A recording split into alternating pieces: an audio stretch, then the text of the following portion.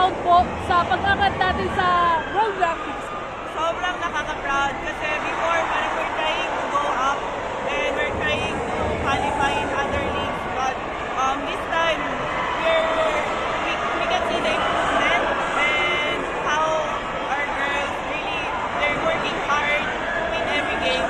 So nakaka-proud and nakakatawa ng puso din na makita lahat ng tao dito sa arena sinusuportahan nila, and I think that's one of the reasons also na nag-deliver and nagpe-perform na maayos yung Alas Pilipinas.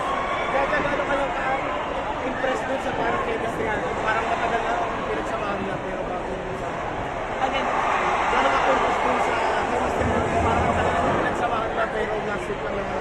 actually, I don't know how to react with their chemistry right now. Katulad nga sabi ko kanina, in a short of time, their connection is really strong immediately. And I think one of the reasons also Gian leads the team really well. And I think that's one of the good thing now na meron nag-lead sa kanila sa loob ng court and they follow. Jaja, as a former member, ano lang yung wish mo sa national youth program?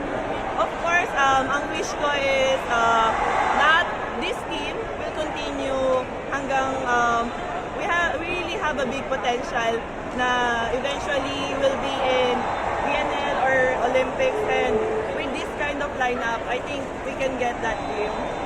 Jaja, ano yung nakikita mong character na itong team na to? Ano yung po, nakikita mong character nila kaya sila na-sweep tong eliminator? Everyone is palaban, actually. And makikita mo sa lahat na they're really willing to give their best and puso to win every game. And sa kanila, nakikita ko ngayon sa lineup na kahit sino ipasok, I will deliver. Yun yung maganda sa characteristic ng mga players ngayon. Jaja, ano yung napansin mo iba sa national team nito compared sa mga national team siguro na dito? I think this is the youngest player sa team.